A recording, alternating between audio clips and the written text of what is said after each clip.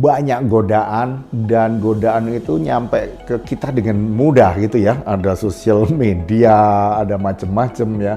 Diperparah dengan mudahnya melakukan transaksi. Kita mesti punya target menyisihkan tuh berapa kita lakukan di awal. Jangan hidup lebih besar pasak dari tiang.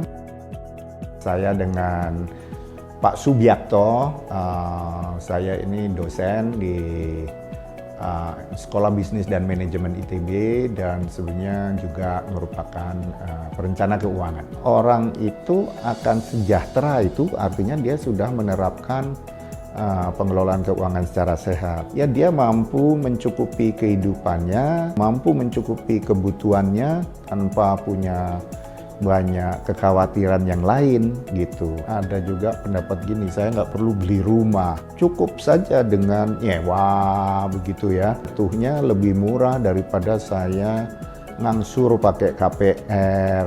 Tapi mungkin ada yang dilupakan di sana bahwa kalau kita beli rumah meskipun mengangsur, kita akan punya suatu porsi equity yang bisa berkembang terus. Nah, itu merupakan sumber wealth-nya ya, sumber kekayaannya nantinya gitu. Kalau kita lihat dunia sekarang ini ya, banyak godaan, dan godaan itu nyampe ke kita dengan mudah gitu ya. Ada sosial media, ada macam-macam ya.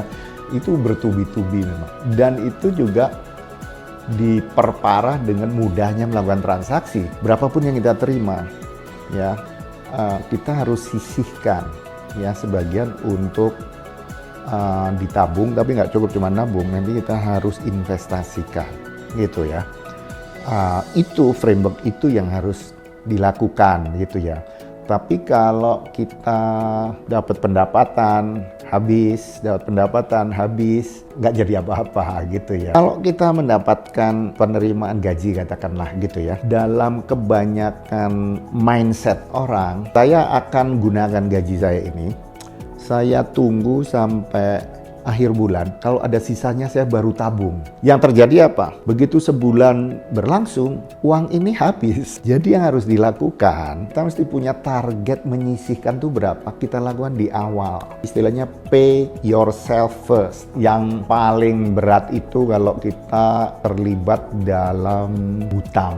Kita lunasi dulu ya hutang yang bunganya tinggi, yang dipakai untuk kegiatan konsumsi. Saya pikir itu yang harus dilakukan. Kemudian kembali lagi ke disiplin tadi. Intinya kita harus punya sisa, punya kelebihan.